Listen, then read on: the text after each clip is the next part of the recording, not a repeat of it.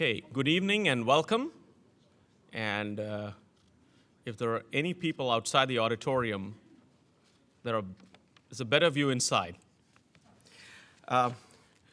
Welcome to the second spring conference organized by the Global Supply Chain Management Initiative. There are three groups that welcome you. First, Purdue University, the Krannert School of Management, and GSCMI, or the Global Supply Chain Management Initiative at Krannert. My name is Anant Iyer, and on behalf of Krannert, I direct the center. It gives me great pleasure to invite you for this evening's event. First, because this is the very first event of the conference. The topic for the conference, which is going to happen this evening and all day tomorrow, is the sustainable global supply chain. And one of the things I hope you'll take away from this evening's presentation and discussion is one interpretation of the word sustainable. So what do we mean by sustainable? The way we've interpreted it here is to think of sustainable as capturing the entire gamut of a firm's commitments, both implicit and explicit, to its network of suppliers, employees, customers, and the society at large that they sit in. We have a number of panels tomorrow. There's a panel focused on corporate social responsibility, on green products in the supply chain, and on various initiatives to create a sustainable supply base. It's easy for me to be up here and tell you that this conference is organized, but to get it to actually happen, there are a large number of people who are involved. I want to recognize a few people, some of whom are here, some of whom are getting things organized for the next set of things that are going to happen. So I want to recognize Mary Pilot. Mary is managing director of the center, and she does all the logistics of getting things to happen. The second person I want to recognize is Karen Pulliam. Karen is at the back of the room, verifying that I execute well here.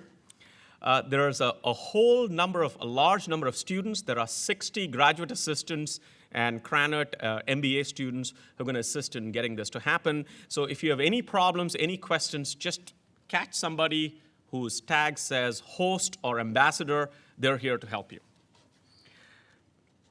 One of the things that you'll see, you may not see too many students here, but right now, if you go to Rawls, there are a large number of student teams getting ready for a case competition presentation. All the judges are here, so they get to watch this movie.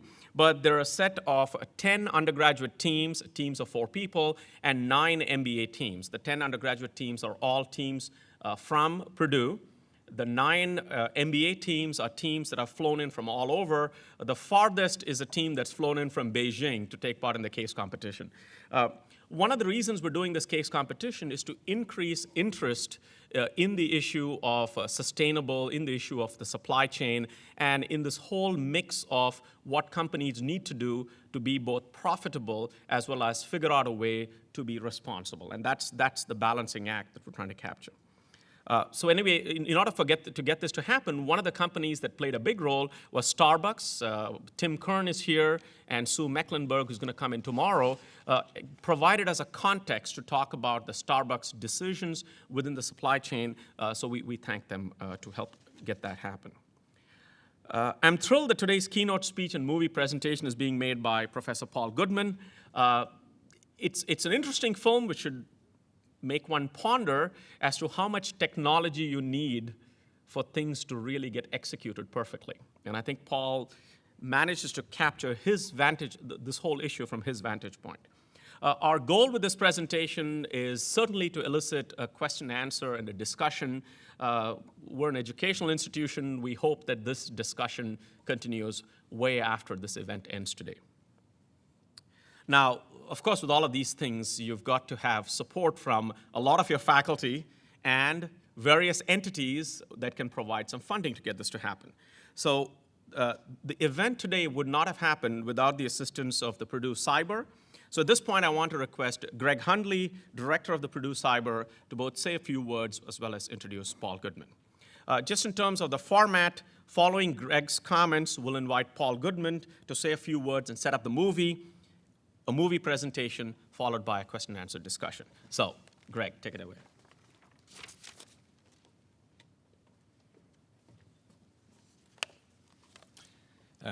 Thank you, Ananth. This is actually the second international case competition organised by the GSCMI, in which cyber has been very pleased to play a role. And so I'm very grateful to Ananth to give me the opportunity to come along and help welcome you, and also explain why we're so pleased to be supporting Ananth's initiative, the Global Supply Chain Management and the case competition, and also to help bring Paul Goodman here to Purdue. Purdue Cyber is a federally funded, if I might say so, National Center of Excellence. We receive money from the federal government to support all sorts of programs, research, teaching, and outreach to the business and other communities, including the educational communities, to develop innovative programs that are specifically directed at enhancing U.S. global competitiveness. We recently had some more success in gaining a significant amount of external funding, and this success is very largely, if not totally, due to the sorts of strengths and resources we have here at Purdue, and not least of all those that are given to us by Ananth Iyer and the Global Supply Chain Management Initiative, and all of the faculty and other stakeholders that support this center. They include the diligent work of Mary Pilote, who's fairly recently joined the GSCMI, and the several other staff members who have also worked not so much with me, but also with Greg Cutchin, who's our very able managing director at the Purdue Cyber. Greg, unfortunately, has a very bad case of the flu right now, so he can't be with us. The GSCMI has been a great asset to the university, and it's worked not only with us, but also with other cybers as well, and other stakeholders that we have around the country, and we've helped them put on, among other things, national research conferences in global supply chain management. One of the interesting aspects in being involved with the Center for International Business and its target is one is able to see the shifts in definition as to what it is that constitutes global competitiveness. Back when the cyber program started, global competitiveness meant being successful exporters. Of course, as we know, that transitioned more towards a concern with the integration of business processes across national borders.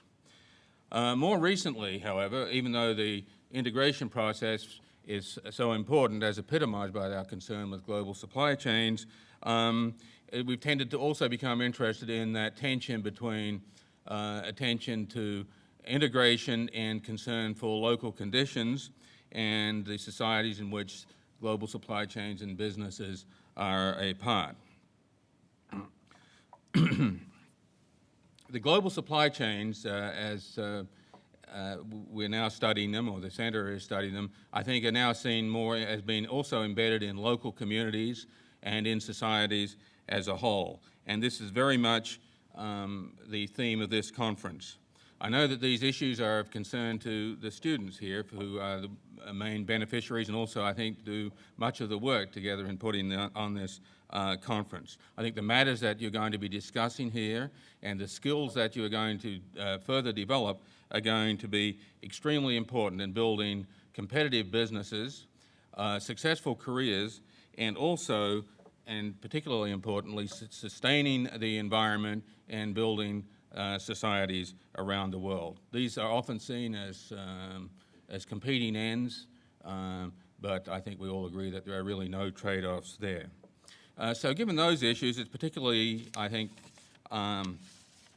important that our speaker today is Paul Goodman. Paul has many qualifications that will help us address these issues. He has 3 degrees from universities on the East Coast. Now, that in itself is not a tremendous advantage, but that's Paul's background. Okay, a BA from Trinity, a MBA, I believe, from Tuck, and a PhD from Cornell in organizational psychology. I think collaboration and new issues has been very much part of Paul's research interests.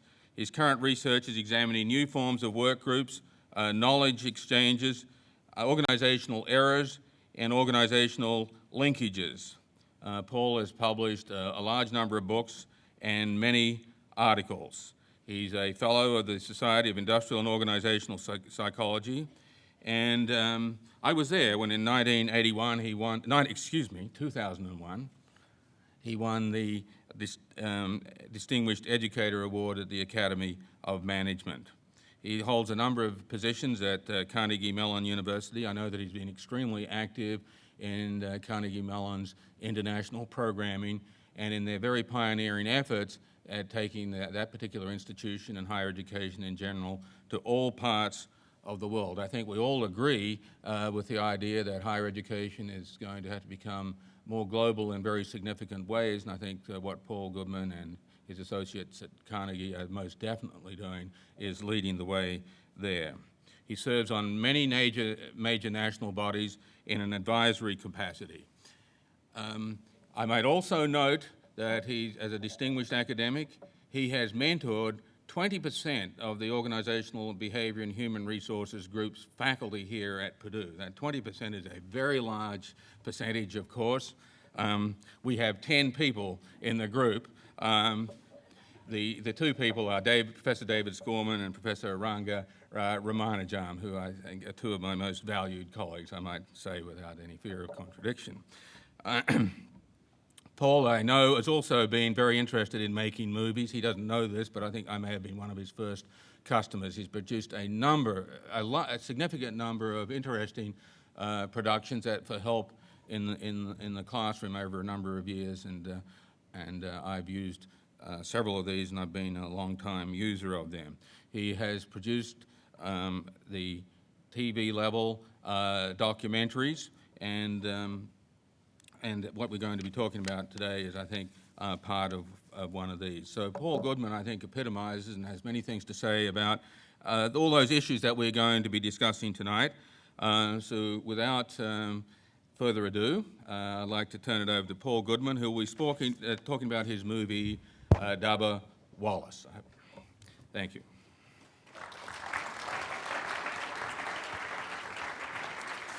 Thank you. You said you were going to do a short introduction.